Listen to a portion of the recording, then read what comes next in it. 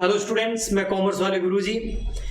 Students, हम कर रहे हैं chapter number 2 business study class 12th के अंदर। बट ये चैप्टर हमने लास्ट लेक्चर के अंदर स्टार्ट कर दिया था। आज के इस लेक्चर के अंदर हम चैप्टर नंबर 2 के अंदर आगे बढ़ने वाले हैं और nature of principle of management करने वाले हैं। But nature of principle of management यानी कि जो मैनेजमेंट के प्रिंसिपल है उसका नेचर क्या है वो करने वाले हैं। ठीक है, तो ये एक इंपॉर्टेंट टॉपिक है।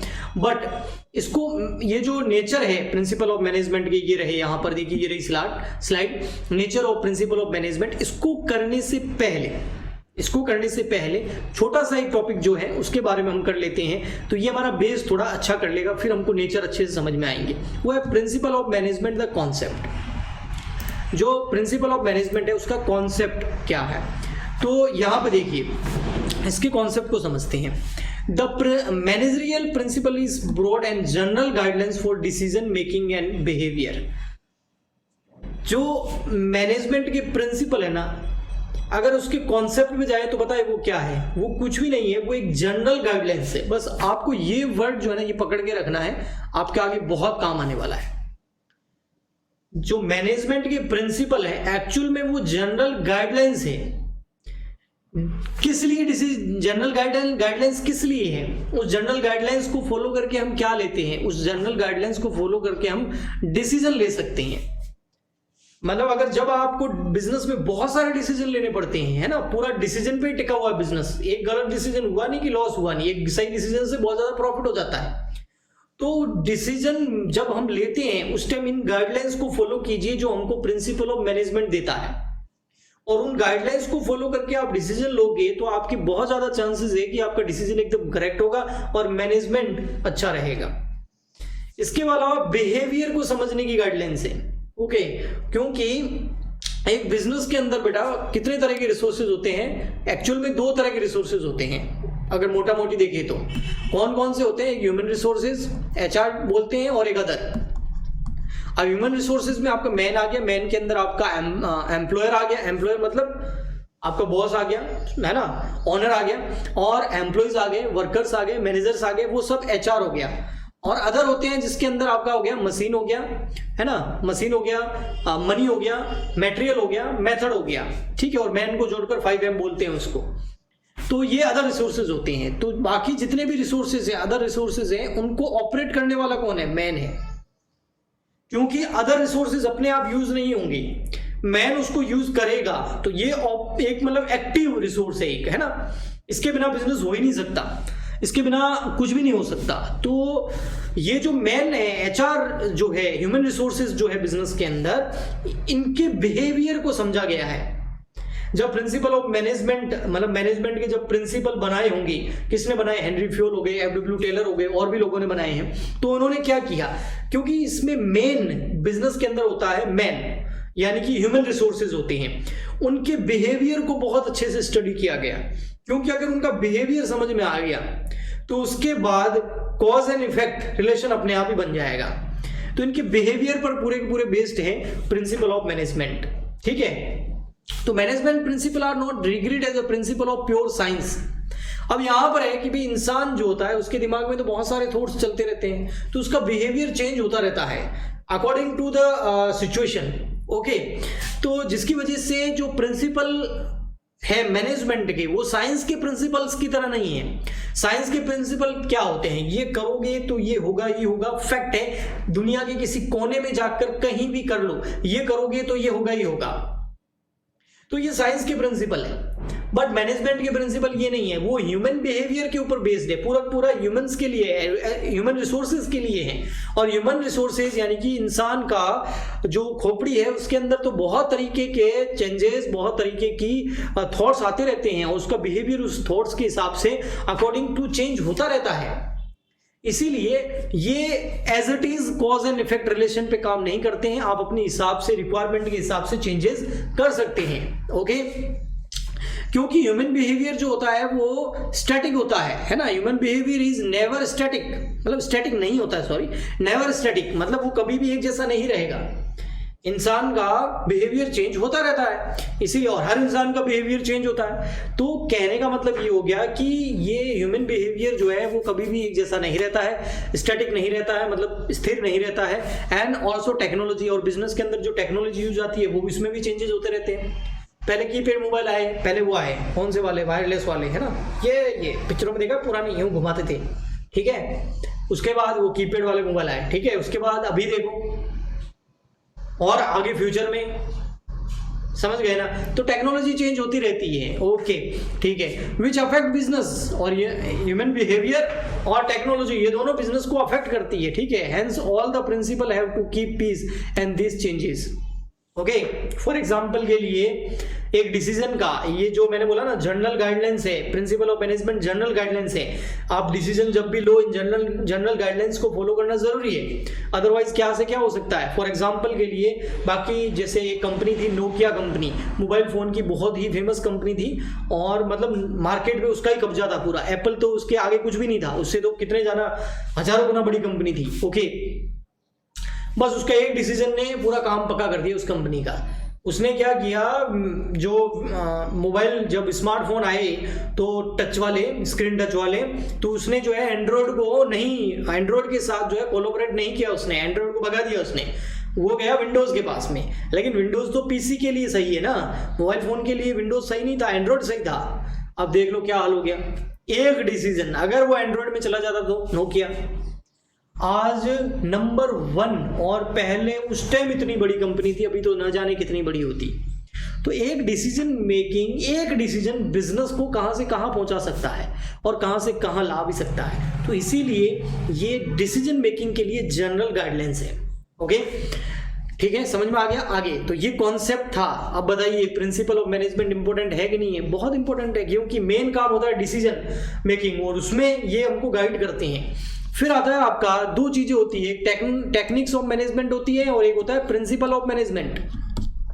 प्रिंसिपल ऑफ मैनेजमेंट हम अभी पढ़ रहे हैं। एक टेक्निक्स ऑफ मैनेजमेंट होती है, मैनेजमेंट करने के तरीके। ये प्रिंसिपल ऑफ मैनेजमेंट है ना, ये मैनेजमेंट करने का तरीका नहीं है बेटा, है ना, ओके। ये ओनली जनरल गाइडलाइंस है, ये बताता है ये करना से ये होगा, ओके। डिसीजन मेकिंग में हेल्प करता है, जनरल गाइडलाइंस देता है हमको। ये कैसे करना है वो नहीं बताता है, ओके।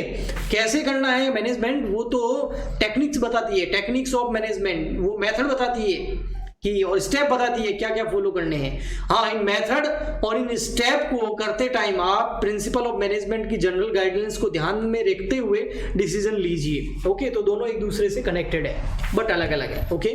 नेक्स्ट आता है आपका, जब प्रिंसिपल ऑफ मैनेजमेंट, ये सारी थ्योरी में आपको नहीं पढ़ूंगा, जब प्रिंसिपल ऑफ मैनेजमेंट जो है वो बनाए गए उस टाइम पता है एक चीज को ध्यान में रखा गया, वैल्यूज।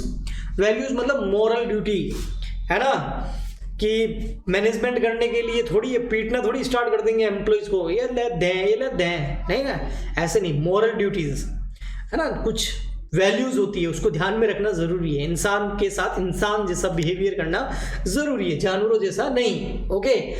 तो values can not be neglected, values को बिल्कुल नेग्लेक्ट नहीं किया गया, वैल्यूज को ध्यान में रखते हुए ही प्रिंसिपल ऑफ मैनेजमेंट बनाए गए। और उसके बाद में यहाँ पर इथिकल रेस्पॉन्सिबिलिटी, सोशल रेस्पॉन्सिबिलिटी को भी ध्यान में रखा गया कि इसके करने से, चलो हम डायरेक्ट तो किसी को नुकसान नहीं पहुंचा रहे, इनडायरेक्टली किसी को अगर नुकसान हो रहा है उसको भी ध्यान में रखा गया।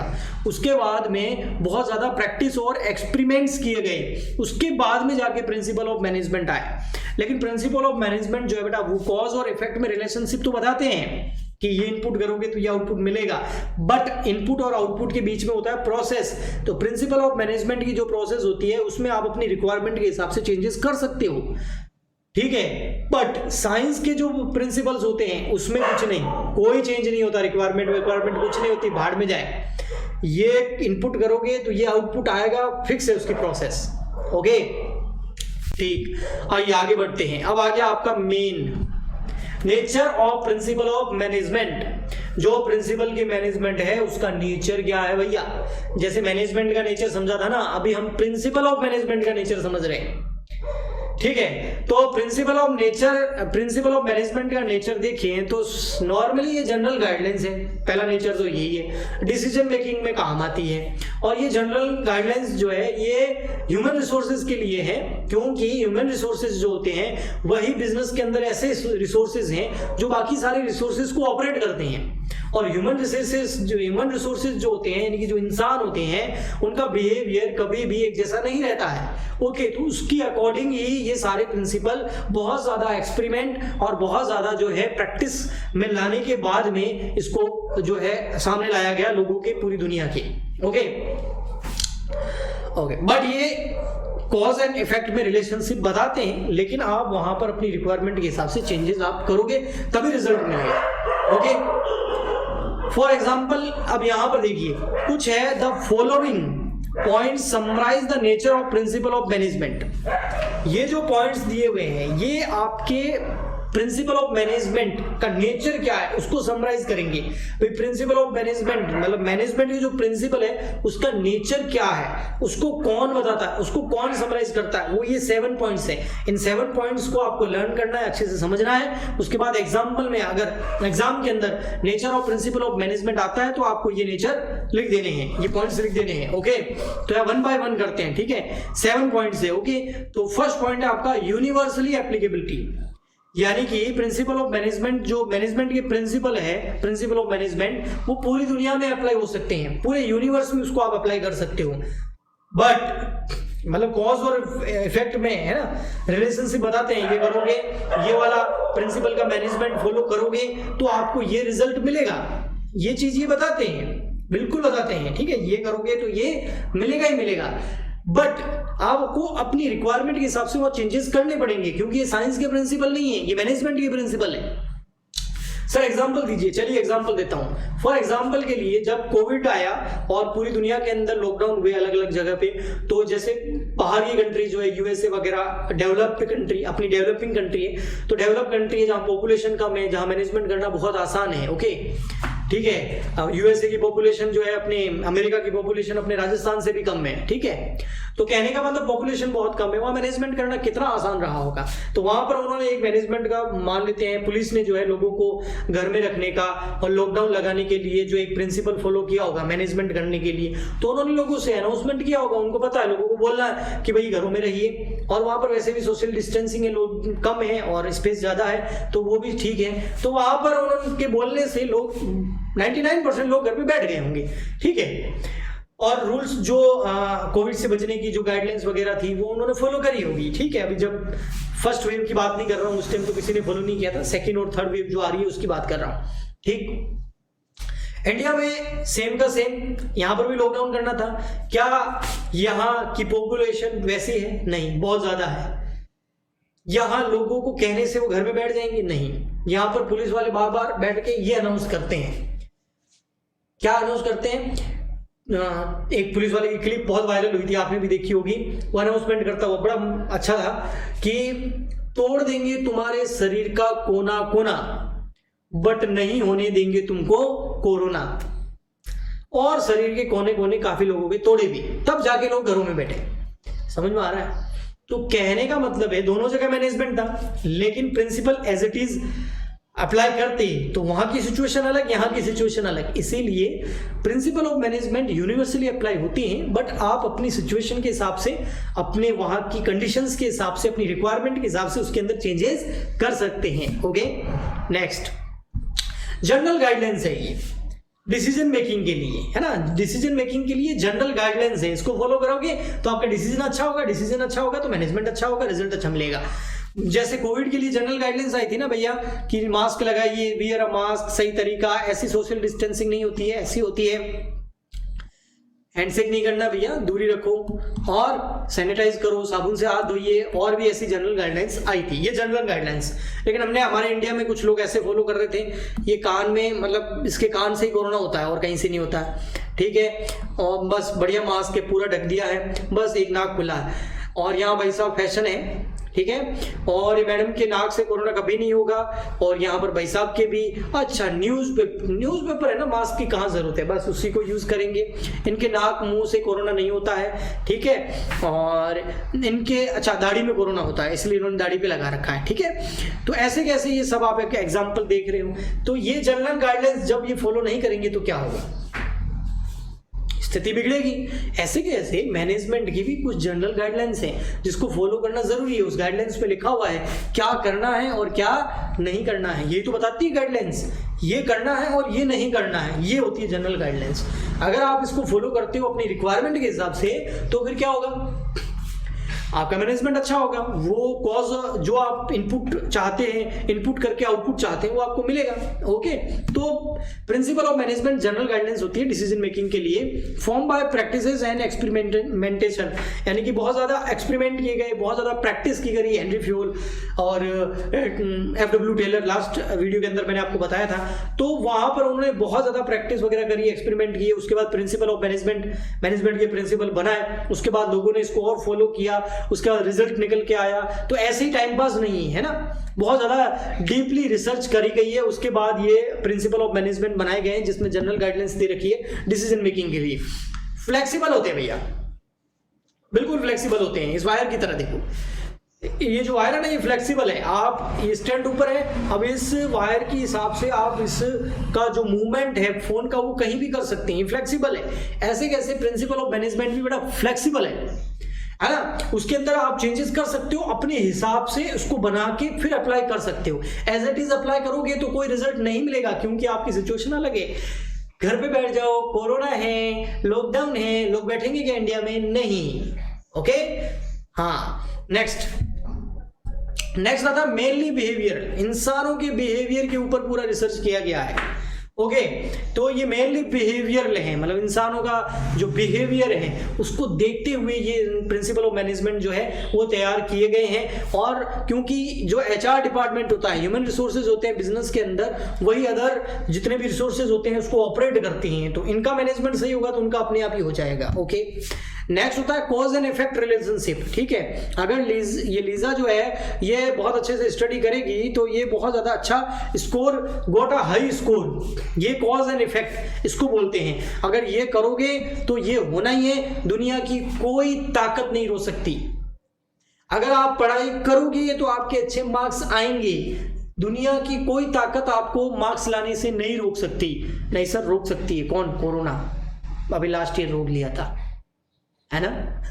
वो एग्जाम नहीं हुए इसलिए, ठीक है, लेकिन आपके नॉलेज काम ही आएगा, जो जिनके एग्जाम नहीं हो गए उनके।